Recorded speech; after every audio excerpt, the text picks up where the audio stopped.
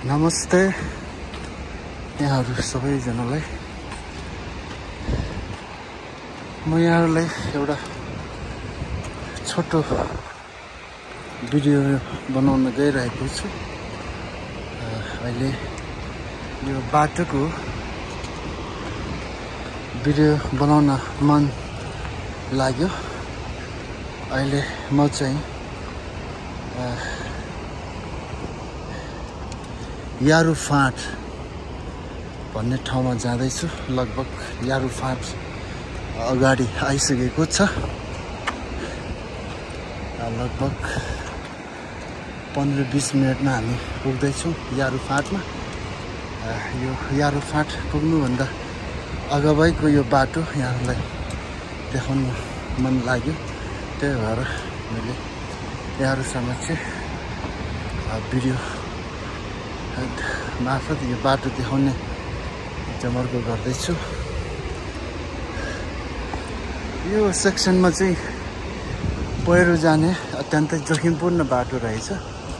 बर्खायाममा चाहिँ यो बाटो एकदमै जोखिमपूर्ण रहने रहेछ। तल बगिरहेको नदी यो चाहिँ बुढी गण्डकी नदी हो। यो मस्लो भेक मनास्लो जाने बाटो। यो खोला चाहिँ मास्लो भेकदेखि नै आएको हो, हिमालबाट। ल है हजुर, बाटो यस्तै रहने गर्दछ ट्रेकिङमा।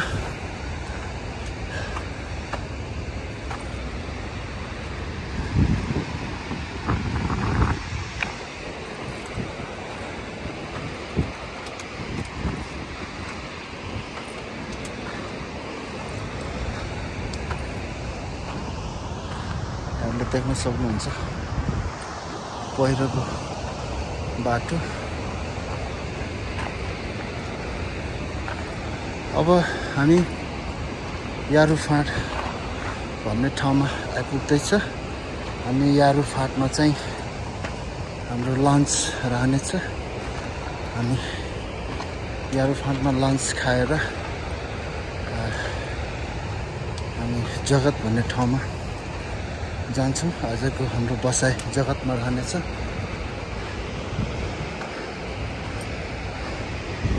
पारि हामी मोटर बाटो देख्न सक्छौँ। यो मोटर बाटो, यो सडकको नाम चाहिँ आरुघाट लार्की भन्ज्याङ सडक बनिँदो रहेछ। त्यही सडक अन्तर्गतको यो एउटा यहाँहरूलाई सानो चाहिँ मैले दृश्य देखाउँदैछु।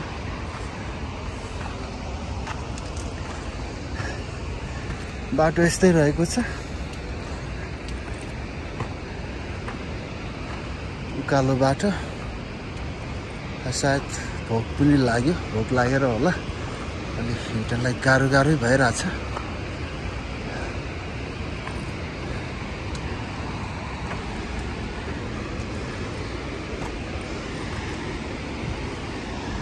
यो बाटोबाट हामीले तल खोला देख्न सक्छौँ। हामी तल जुन देखिरहेको बाटो, हामी त्यही बाटो हुँदै माथि उक्लिँदैछौँ। बाटो यस्तै रहेको छ।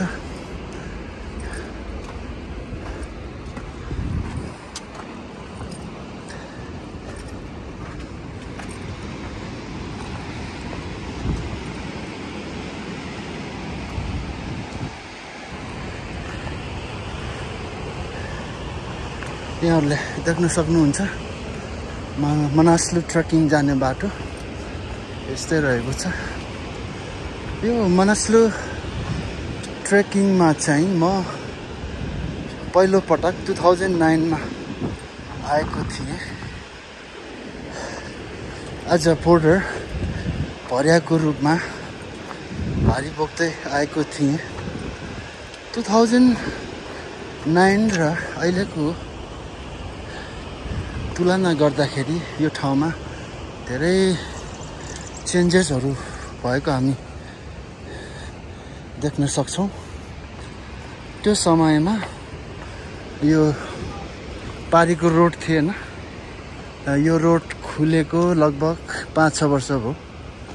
अहिले यो रोड खोलेर माथि फिल्म भन्ने ठाउँसम्म पुगिसकेको अवस्था छ। यहाँ धेरै चेन्जेस भएको छ। यहाँको वस्तुस्थिति, यहाँको चाहिँ ठाउँ।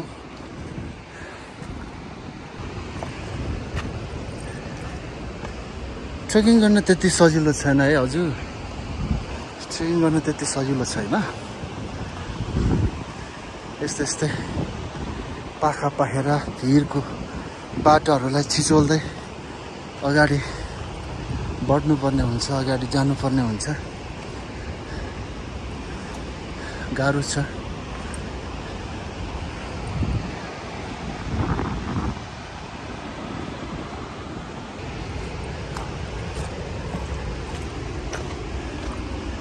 अब लगभग हामी हाम्रो लन्च प्लेस यारु फाँट भन्ने ठाउँमा आइपुग्नै लागेको छ। यहाँहरूले देख्न सक्नुहुन्छ यो अगाडि यारु फाँट भनेको यही हो।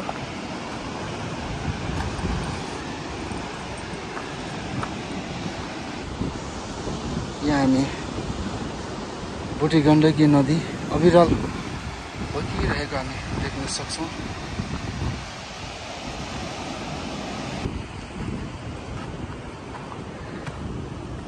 अहिलेको लागि हामी यारु फाँट भन्ने ठाउँमा आइपुगेका छौँ।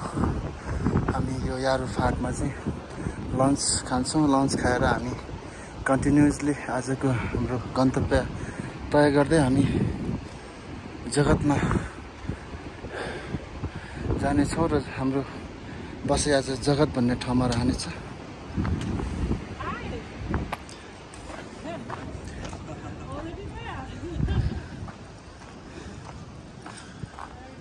यारु फाँटमा हामी यहाँका होटल चियर्सहरू देख्न सक्छौँ। यस्तै रहेको छ। नमस्ते हजुर। सन्चै।